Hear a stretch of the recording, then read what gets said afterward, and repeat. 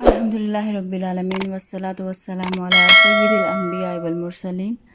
اما بعد فاعوذ باللہ من الشیطان الرجیم۔ سب سے پہلے اس موضوع پر بات کرنے سے پہلے میں ایک چیز کی وضاحت کرتی چلوں کہ میرا تعلق کسی بھی سیاسی پارٹی سے نہیں ہے،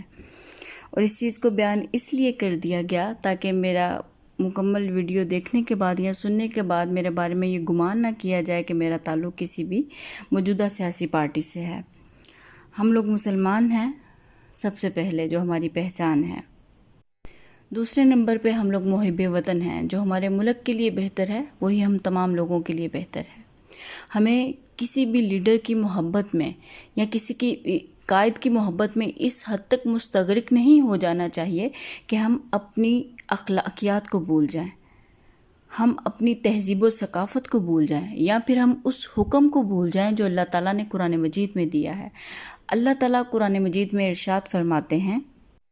یا ایھا الذین آمنوا لا ترفعوا اصواتکم فوق صوت النبی ولا تجہروا لہ بالقول کجہر بعضکم لبعض ان تحبط اعمالکم وانتم لا تشعرون ان الذین یغضون اصواتهم عند رسول اللہ اولئک الذین امتحن اللہ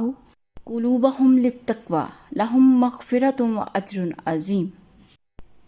اے ایمان والو، تم اپنی آوازوں کو نبی کریم صلی اللہ علیہ وآلہ وسلم کی آواز سے بلند مت کیا کرو، اور ان کے ساتھ اس طرح بلند آواز سے بات نہ کیا کرو جیسے تم ایک دوسرے کے ساتھ بلند آواز میں بات کرتے ہو، کہیں ایسا نہ ہو کہ تمہارے سارے اعمال ضائع ہو جائیں، غارت ہو جائیں، اور تمہیں شعور تک نہ ہو، تمہیں سمجھ تک نہ ہو۔ بے شک جو لوگ رسول اللہ صلی اللہ علیہ وآلہ وسلم کی بارگاہ میں اپنی آوازوں کو پست رکھتے ہیں ادب و نیاز کے باعث، یہی وہ لوگ ہیں جن کے دلوں کو اللہ تعالیٰ نے تقوی کے لیے چن کر خاص کر لیا، انہی کے لیے بخشش اور انہی کے لیے اجر عظیم ہے۔ یہ وہ حکم ہے جس میں اللہ تعالیٰ نے نبی کریم صلی اللہ علیہ وآلہ وسلم کی بارگاہ میں حاضر ہونے کا ہمیں طریقہ بتا دیا، اور یہی وہ آیات کریمہ ہے جو نبی کریم صلی اللہ علیہ وآلہ وسلم کے روضہ مبارک پر ہمیں لکھی ہوئی بھی نظر آتی ہیں۔ اس حکم کا تعلق نبی کریم صلی اللہ علیہ وآلہ وسلم کی دنیاوی حیات سے نہیں تھا، بلکہ آپ کے وصال کے بعد بھی یہ حکم باقی ہے۔ حضرت عمر فاروق رضی اللہ تعالیٰ عنہ کے دور میں مسجد نبوی میں آواز بلند کرنے پر تنبیہ فرمائی آپ نے۔ آج بھی روضہ رسول صلی اللہ علیہ وآلہ وسلم کے قریب ہمیں بتایا گیا ہے کہ آواز کے ادب کا یہ حکم ہے کہ مسلمان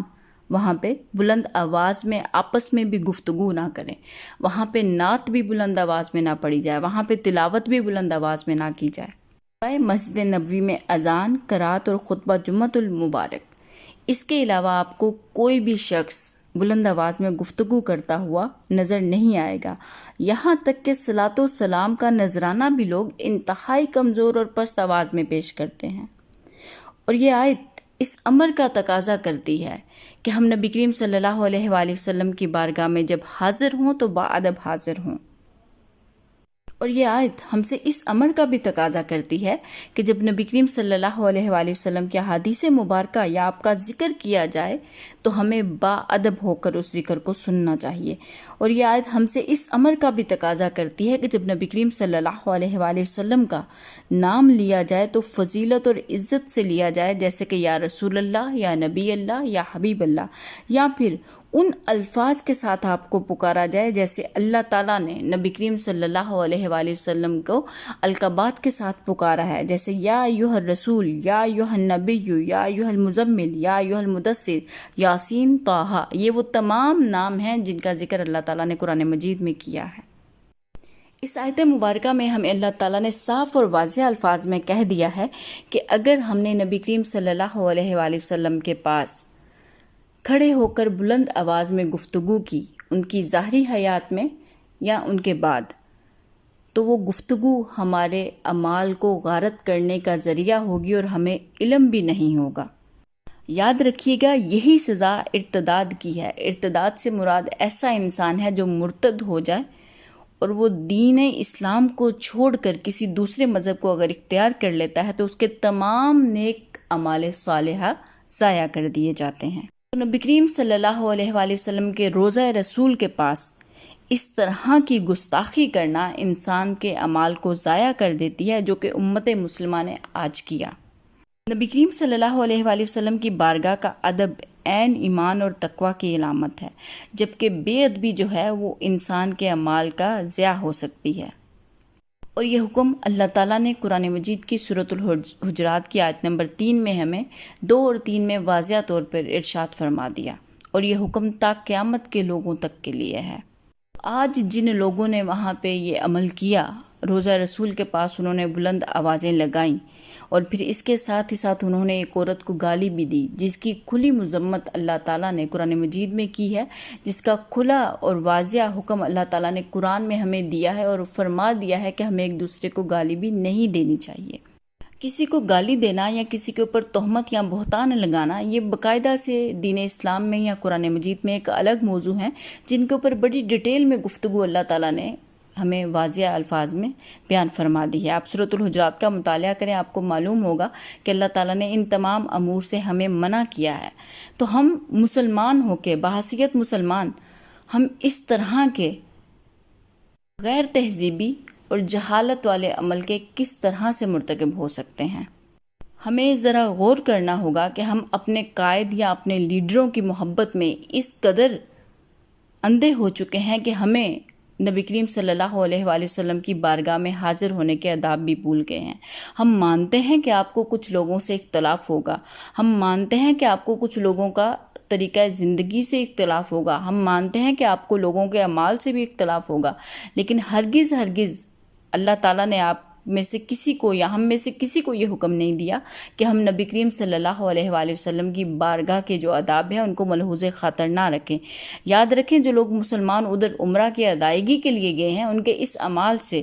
کیا انہیں عمرے کا وہ اجر حاصل ہوا ہوگا جس کے لیے وہ اتنا پیسہ لگا کے، اتنا وقت نکال کے، اتنی محنت کر کے اور قسمت کے ساتھ وہاں پہ پہنچے ہیں؟ تو ان کا یہ عمل تمام امت مسلمہ کے لیے شرمندگی کا باعث ہے۔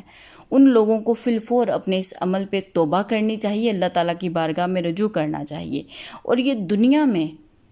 سیاست اور جمہوریت اس دنیا کو چلانے کے لیے نظام ہے، لیکن اس نظام کا ہرگز مقصد نہیں ہے کہ ہم کسی کی ذاتیات پہ اتر آئیں، ہم کسی کو گالم گلوچ کریں یا ہم کسی کو اس طرح سے تانے دیں۔ اللہ تعالیٰ نے قرآن مجید میں ایک دوسرے کو تانا دینے سے بھی منع کیا ہے۔ سورۃ الحجرات کی ہی آیت نمبر 11 ہے، جس میں اللہ تعالیٰ کہتے ہیں کہ اے ایمان والو، کوئی قوم کسی قوم کا مذاق نہ اڑائے، ممکن ہے کہ وہ تم سے بہتر ہوں، اور نہ ہی عورتیں کسی دوسری عورت کا مذاق اڑائیں کہ ممکن ہے کہ وہ تم سے بہتر ہوں۔ آپس میں ایک دوسرے کو تانا زنی نہ کرو، الزام تراشی نہ کرو، ولا تنابزوا بالالقاب، ایک دوسرے کے برے نام نہ رکھو۔ یہ تمام تر وہ تعلیمات ہیں جن کا حکم اللہ نے ہمیں قرآن میں دیا۔ تو آج مسلمانوں کا ایک دوسرے کا مذاق اڑانا یا ایک دوسرے کو تانا دینا یا الزام تراشی کرنا یا ایک دوسرے کے برے نام رکھنا، کیا یہ ان کے مسلمان ہونے کی دلیل ہے؟ ہمیں اپنی آنے والی نوجوان نسلوں کو اس رستے سے روکنا ہوگا، انہیں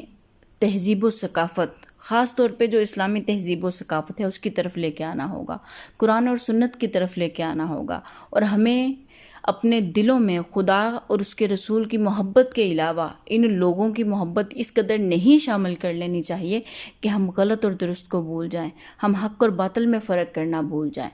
تو ہم تمام لوگوں کو اپنے آپ کو جگانا ہوگا کہ کہیں ہم ان کی محبت میں اس قدر مستغرق ہو کے اپنے اعمال صالحہ کو ضائع نہ کر بیٹھے اور ہمیں خبر بھی نہ ہو۔ اللہ تعالیٰ سے دعا ہے کہ اللہ تعالیٰ ملک و ملت کی خیر کرے، اللہ تعالیٰ پاکستان کی خیر کرے اور ہمیں سیدھے رستے پر چلنے کی توفیق عطا فرمائے۔ وآخر دعوانا الحمد للہ رب العالمین۔